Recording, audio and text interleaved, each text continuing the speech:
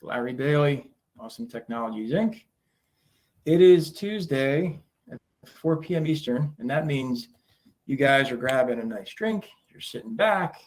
We're going to talk some Encompass stuff today. Our topic for today is Encompass Web for processing and underwriting. Amy Blum continues to stalk me no matter where I go. So she's with us. Call me out, Amy, because I love Amy so much. So today's topic is important to me. Important to me, mostly because I think back to 2019. 2019, if you look in the admin portal right now, over at whatever that adminportal.com, whatever their domain is, you'll see a post from me from 2019, and the post reads asynchronous JavaScript. I am very jealous of your basement, Amy. Of course I am. It's a beautiful basement. And the reason why I'm bringing this up is because back in 2019, with Ken Kolda, who's really who I credit as being the mastermind of constructing how Encompass Web is turning out to be. He's since retired from Ellie Mae. Hopefully he got a great landing pad from that. But he and I had a really good conversation. This is back when I created, it's back when we were doing, actually, we did a breakfast that year at Encompass Experience for the Basecamp group. And he came in and we actually talked about it as a group. And, lo and behold, 5 years later, 6 years later, whatever it's been, we're now starting to see the fruit of all that work. And today's conversation is all about Encompass Web. For those that don't know, for those that don't know, there is a book. Amy's got it in the comments. Amy, do you mind putting the link in the comment? For everybody to take? That way it'll be in the show notes, kind of a thing. It's $14, and I don't read very many things at all. But that book, I agree with Amy, that book was very easy to kind of look through. I only looked at a few chapters online because it's just, I got enough going on. I don't want to take on asynchronous JavaScript also. But the idea is we're going to be moving over there in the next 5 years, right? You can't argue with that. Sometime in the next 5 years, we're going to be having to learn syntax for yet another language and what we're going to do about it. And so recently, this past week, I launched a new course in the community called Encompass, Mastering Encompass Web Essentials. Thanks, Amy, for putting that link in there for the async JavaScript book. And the reason why it's important for me to really express this education to everybody is because, A, nobody has time to read. Like, I get that. I really do. But you got to learn it. And a lot of times the help information that ICE puts out, which is really good, a lot of times the context just isn't there. So the concept will be there, but then it's like, well, how do I apply the concept? And how does this concept link into everything else? And I go through all that. And it's important for me to share that, mostly because when I go in to help clients with workflow or technology solutions, I don't want to have to keep reinventing the wheel over and over again. Like, that's just, that's just common sense. Number one. Number two, I want you guys to learn, because you're going to figure out things that I'm not going to figure out. And that's part of the whole community, right? So if we're all working on something asynchronously, to use that, it means that we can all figure things out, because although we're all in the lending industry, we all have different businesses, different workflows slightly. And so, So first big question for the group is, who has built an active workflow engine rule that leverages workflow tasks? I know many of you already have EPC running, which made me smile today. There's lots of talk in the community about EPC automation for services, which that made me smile. I know that some of you are starting to look at workflow automation rules for automated conditions. That makes me smile. The next thing is tasks, and that's really what I'm going to get into today, is the workflow and how you can leverage Encompass Web for processing and underwriting, and getting into those details in here. So for those that are following along on replay, you know where to find the replay, hopefully over at the mortgage community. For the rest of us, So Rob answered not tasks, but workflow to order services. Who has teams that use Outlook to run their day? Like, everybody should be raising their hands, right? Outlook, I talk about this a lot. I talked about it last week in the most common things I find in workflow review. And it was the first thing I said, which is Outlook wasting our lives. And it's not gotten any better. Today's National Email Day, I heard or read somewhere. And I think that means you can delete all your email today under amnesty, and that's okay. I don't know if that's the case, but email is still faster than a meeting. True, Brian. But the thing I want to ask you is, if I send you an email, I'm like, hey, Brian, don't forget that we need that appraisal by Tuesday if we're going to close by Friday. What happens? Usually 3 things happen. First, I might flag it or mark it unread in my inbox. I might create a task, or I might handwrite it down. The other thing that sometimes happens is nobody remembers, right? And so I read it and I think I'm going to remember it, but we're human. We're not going to remember that. And so for those that are flagging, or for those that are creating handwritten tasks, things like that, then it creates a sense of follow-up. So you either still own the problem that you've created or that you have to work with, or you've tried to give it to somebody else and you're hoping that they're going to do it. And it ends up in this workflow cycle that's not optimal and it's not efficient. And so if you haven't already checked this out, I'm going to bring this up on screen and kind of talk through it to make sure that I share these concepts that I found to be helpful. The first is using tasks in desktop, workflow tasks in desktop. The other is using workflow tasks for specific groups on the web. And then the last part here that I want to talk to everybody about is enhanced conditions. And so for those that are here, if you've heard me talk about enhanced conditions before, hopefully you understand I'm a staunch advocate for getting there. And I know that it's not necessarily an easy sell to a lot of organizations, but it's a really important one. And so that's what I want to talk about today. So for those that are in the attendee list, I don't know if, so Kayla's here. Kayla, you still using enhanced conditions. I know you've got an opinion on that. Feel free to share it with the rest of the community. It looks like Beth is not here, and Beth is my other partner in implementations from last year and this year, who's also using enhanced conditions. And the ability to truly automate those conditions is special. So, Linda, you were doing enhanced conditions at your previous job, like earlier this year, kind of a thing. Is that what you mean? Love to understand that better. Great. For the group, do you mind, while bringing this up on screen, do you mind expressing goods, the bads of enhanced conditions? Love them. So what's stopping you from putting them into business now? Paying to enter them all. You mean to create them, right? So that's kind of the thing where to migrate over, it's hard for some to get over into that spot. I'm going to share my screen here in a moment, gang. I'm just logging in.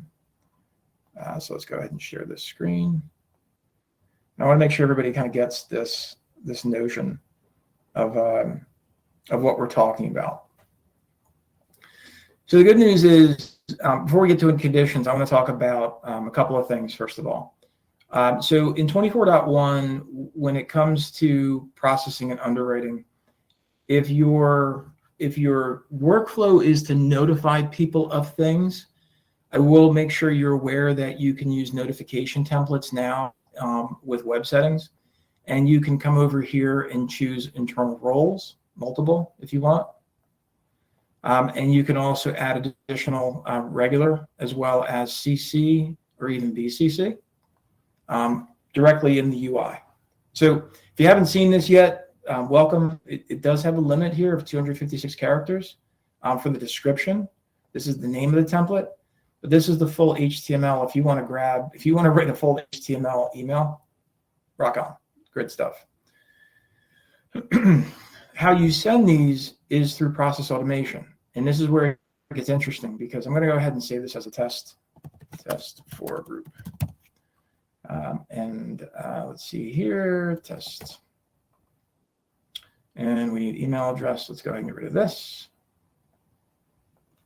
And we'll do Larry@workflowpartners.org. Sure, why not? What am I missing here? Red dots. Do email content. Oh, it doesn't like that. Show text. There we go.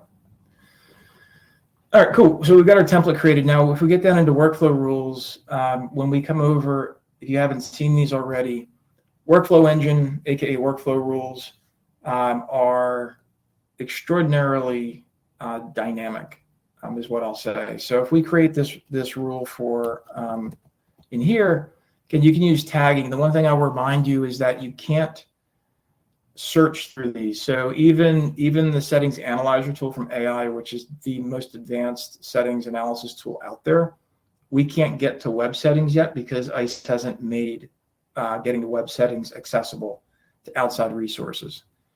So tags are your friend if you're doing a search for them. But ultimately, what we want to do is figure out if something happens. So, one of the things that might be a task-based is a service is fulfilled or a file is attached. And when that happens, like let's say, I don't know, the appraisal comes back, right? And you can create these conditions. I don't want to make this all about workflow rules, but the result here is what's important, which is going out and sending notifications. So over in this side is where you'll pick the notification template that goes out. And again, you could have up to 5 actions from whatever the event is. Reason why I'm bringing this up is because if your team internally is basing themselves on all these notifications that are going out, this is one of the ways that you can start to migrate your desktop settings into web, especially if you have a lot of notifications going out for a lot of different things, but none of which are under these kinds of triggering events. This is an opportunity for you to think about, how can I help my processing and underwriting team be aware of something that they weren't otherwise aware of? You might have done tricks that I've done, which is work off pipeline views or dashboards to find things. You might have used custom fields to figure out some receive dates, all kinds of stuff. But the ability within workflow rules to use these types of triggering events is unique. And so this is the first step into really helping processing and underwriting. And one of the things that you can do in here, as you saw as a result, hopefully, if I didn't go too fast, is you can order a service. So when we talk about helping processing, one of the things that you should be looking at workflow is, what are the manual services that we're ordering? If you've heard me for the last several months, I've been talking about moving to EPC. You got to move all your vendors to EPC. More and more vendors are now EPC ready, which means you can set them up in the services section of your web settings. So now when the ITP comes in, you can help your processing team by automatically ordering flood or fraud or appraisal and get that in. If other things happen, such as if you're doing a purchase and you've ordered the appraisal, but you didn't have the contract. Well, now if you've received the contract file in the purchase and sale agreement or the purchase agreement document, whatever you're using for the e-folder, you can update the service order based upon that document and actually pull it out of your e-folder using this. These are things that, historically speaking, we've all been subjected to having to use third-party tech. It's all in here now. And so from helping processing, creating the service, ordering the services or updating the services are part of that. Another way to look at this also, depending on how you run your processing teams, is task management or conditions management.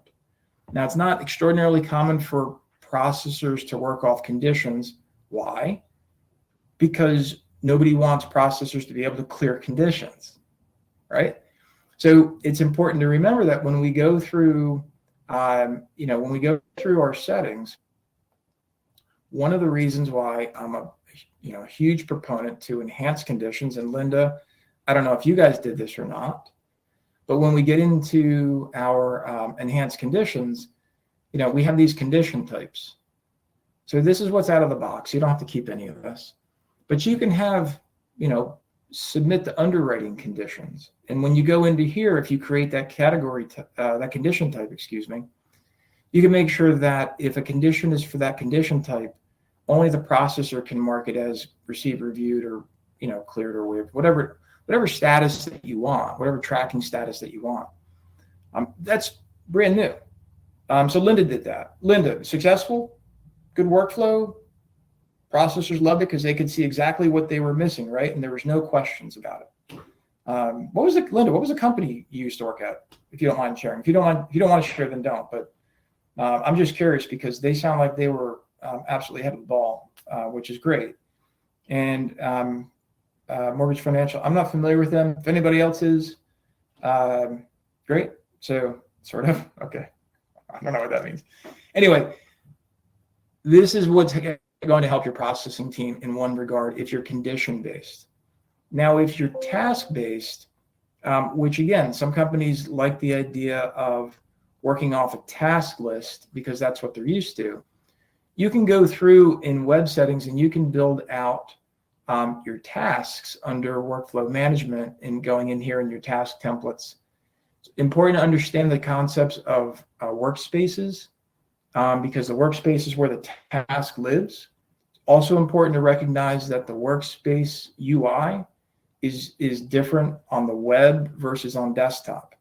But the good news is the task is the task is the task, which means if I go in and create into desktop and I go into tools, we'll go into this guy, and I go into tools and I want to create a task or have tasks already there for me, I can go to workflow tasks, and if I have tasks to add, I can come in here and I can grab them, whatever they are, and I can go and add them and I can manage them accordingly. And so the UI is not horrible, right? It lets me assign or reassign, update the status, give me a description, these kinds of things. I can also create subtasks. So if we need to get this stuff done before this thing is done, great. And then again, this kind of lines up. What's super interesting about this conversation is when I show this to loan officer assistants, or I show this to processors who are having to delegate the collection of documents from others, i.e. loan officers, they love this because it gives everybody constructive knowledge of what's missing and when it's due and who it's assigned to in here. From an operations standpoint, if I were to come over and I had my sales team working off of this, I could go to tasks and I can see exactly what tasks are due or overdue and which ones were assigned to me. So if I were to come back into desktop and I were to go to this, thank you, and I were to assign this to Larry.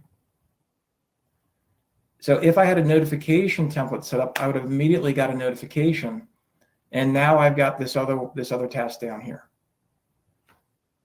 No emails, nothing to lose. I can go right in. And if I went on my phone or my tablet, whatever I'm doing mobily, I can see this super easy versus having to worry about an email. And this could run my day. There's companies that all they do is build workflows to give you task management.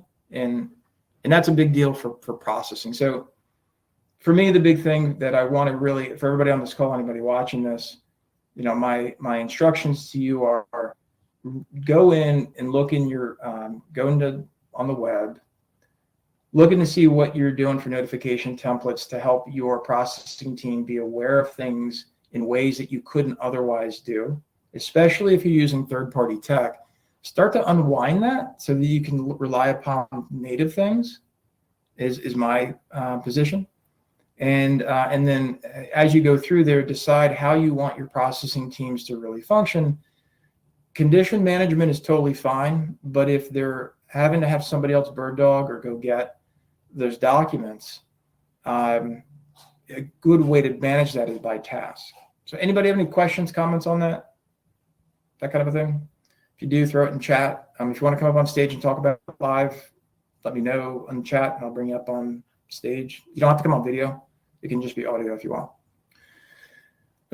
So that's processing. Now from the other side is underwriting. Now underwriting, what I rely, Linda, when you say you're not on the web, thanks for saying that, because I want to make sure this is crystal clear.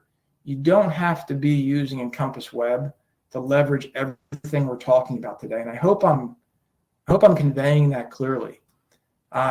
These are just settings that you'll only find on the web.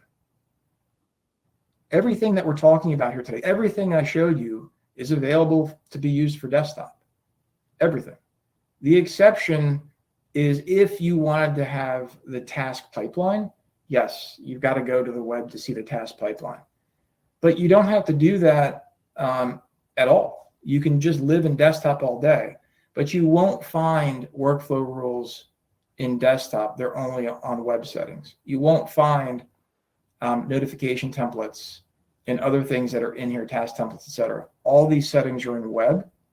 That's all I was trying to communicate. So, that's my goal, is to help you understand, because there's confusion. And so I'm trying my best to dispel that confusion by saying, all you're doing here is just web. You're just doing admin stuff. Everything else that the company's using is on desktop. So, Christina, you're welcome. Hopefully this helps clear up some confusion and helps you put things in context. Robert says, I wish a trigger event on the workflow rule would be triggered with what field equals something and not any time it's changed. So that's in the conditional statement, Rob.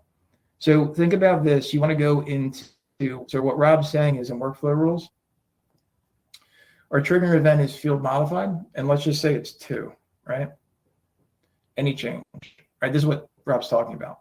So the conditions of, we want to say if 2 equals, right? So when 2, if 2, right, is greater than, 100, I guess I would use a 0, 0. So it's true that the event happens, Rob, but I want you to think about the condition for what gets to the result. And that's the reason why it's been split that way, is because we didn't want to confuse the conditionality of the event with the event. The event happens, wait, should I go any further? And then the result. Yes, exactly. So Rob says, start the conditional statement with the event. Makes sense. Absolutely. Or it could not be even connected at all. It could be, hey, field 2 changed, but I only want the result to happen if the loan officer equals Larry. So what about the result of advanced conditions? Which advanced conditions do you mean? Do you mean these conditions? What advanced conditions? Where do you see advanced in the result? These are just actions. So first step is, did the thing happen? Second step is, should I continue, as Encompass, I'm Encompass now. I'm Workflow Engine actually. Should I continue? Right? Should I continue working based upon all of these conditional? Did I get it true? And then the third thing is the result. What should I do based upon that? It's really important to understand that Workflow Engine is middleware. ICE calls this out in its documentation. Workflow Engine sits between the user and the Encompass file, and it governs what happens when. And that's your job as an admin. Or as a user, it's your job to do the right thing at the right time. So hopefully, Rob, that makes sense. Keep the comments coming. So for an underwriter, everything I want you to think about as an underwriter, I want you to think about automated conditions. So Encompass Web for underwriting is automated enhanced conditions. And the reason why I want you to think that way is because when we look at these enhanced conditions, the number one problem that I see in workflow review is underwriters don't want their don't want their conditions in here automatically for them. And to which I say, nonsense, yes, you do. And they say, no, I don't. I want to write down on a piece of paper or type it up on a note somewhere the only conditions that I need, to which I say, I want you to prove to me that you cleared that condition. It's a losing conversation for them. And for you as an admin, the reason why you want this is because if they clear a condition, I want you to think back to notification. You want to be able to notify everyone else about what's happening. Or if there is something that the underwriter needs that is outside of a condition, to leverage tasks. So it's not as impactful globally as per se as you would for a processor for the web, because the processor is kind of in the mix. But for an underwriter, if you haven't been here recently, go back to, now this is where I will take you to the web for now. So Christine, so I don't know, Linda, where you said you're not on the web, totally fine.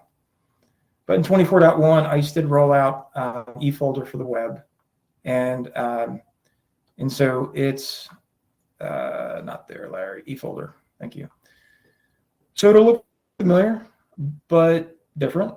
And so as an underwriter, I don't know what this is going to do. I'm not there yet. But the reason why I wanted to bring this up for today's call was because the concept of how we're working with things, notice that what they've done here is they've combined the file manager with the document manager with conditions. It's a pretty wild setup. So I'm not quite sure of it yet because it literally just came out. And so I'm not quite sure of the best process workflow. But what I want to really express here is that when we look at the eFolder the way it sits today, you definitely want to get everybody into condition-centric thought. There's a lot of companies that are document-centric, so you want to get to condition-centric. And having said that, you can leverage automated enhanced conditions so that when data changes in the file, like we saw back in here, if we go back to admin, one of the results in the workflow rules that we saw is to apply enhanced conditions. And you can do that by running your enhanced condition business rule from desktop, your automated enhanced condition business from desktop, or you can add in individual conditions down here. Yeah, I only have one, so not too sexy.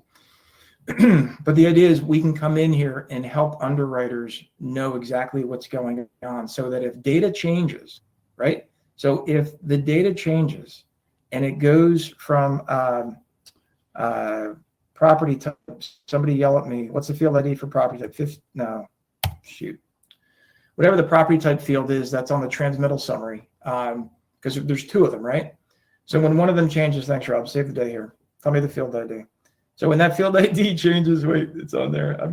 14, then 41. Thank you. So when the field changes, thank you. Any change, and then you come into condition and you say 1401 now equals PUD. The result is I want the resulting action to be enhanced condition for your PUD conditions. It sounds complicated. I'm telling you, it's not. And so from a loan quality perspective, from an underwriting perspective, from a processing perspective, there's a lot on Encompass Web that you can go through and look at your workflow to find all the manual steps or all the things your teams that are doing outside of Encompass and start leveraging Encompass Web to bring that functionality into the loan file, even while you're using desktop. Questions? Brian says, is there a setting I'm missing, Brian? Brian says, I have a test underwriter, but when I go to web, I don't see eFolder option. Yeah, I'm not sure. So Brian, when you say when you go to pipeline, you're going through and you click here and you're saying your team doesn't see eFolder over here? Make sure this gets into something else. Sorry for making this about here, but Make sure you get over into if I could do things properly.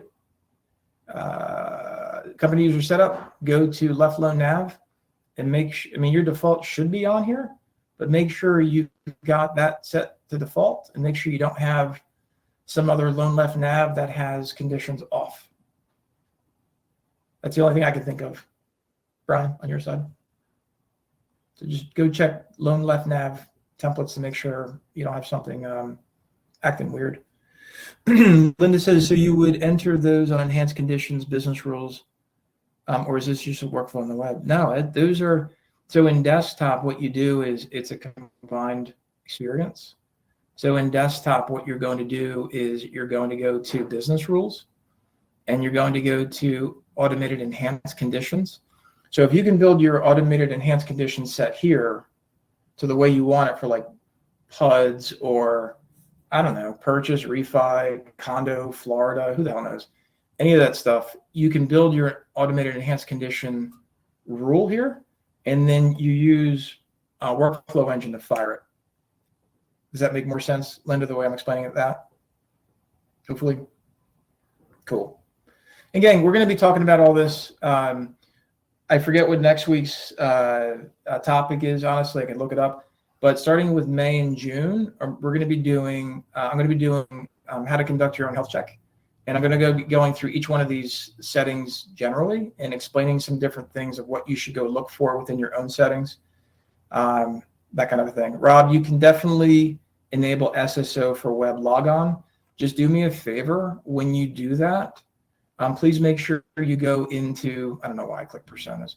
Please make sure you go into organization/users and go in and edit your organization and make sure you check this up here. I came across somebody recently who enabled SSO for their operation, but did not have this radio button. So that meant that they could they had to use SSO for the web, but they could still log in with standard passwords with the Encompass desktop. So just make sure you hit that radio button once you enable it. Cool. Yeah. Everybody, thanks for showing up. I know it's a busy month. Hopefully everybody's having a great month, or as best as you can. If there's anything we can ever do, please call it out in the community and please help grow the community. We're getting closer to hitting 1,000 members. I'm sure we'll do something special for that day, but if you have any questions at all, let me know. Thanks very much for coming to these every Tuesday. It's been 30 minutes. Means you gotta get back to work. All right, gang. You guys be well. Have a great day. See you for now. Bye-bye.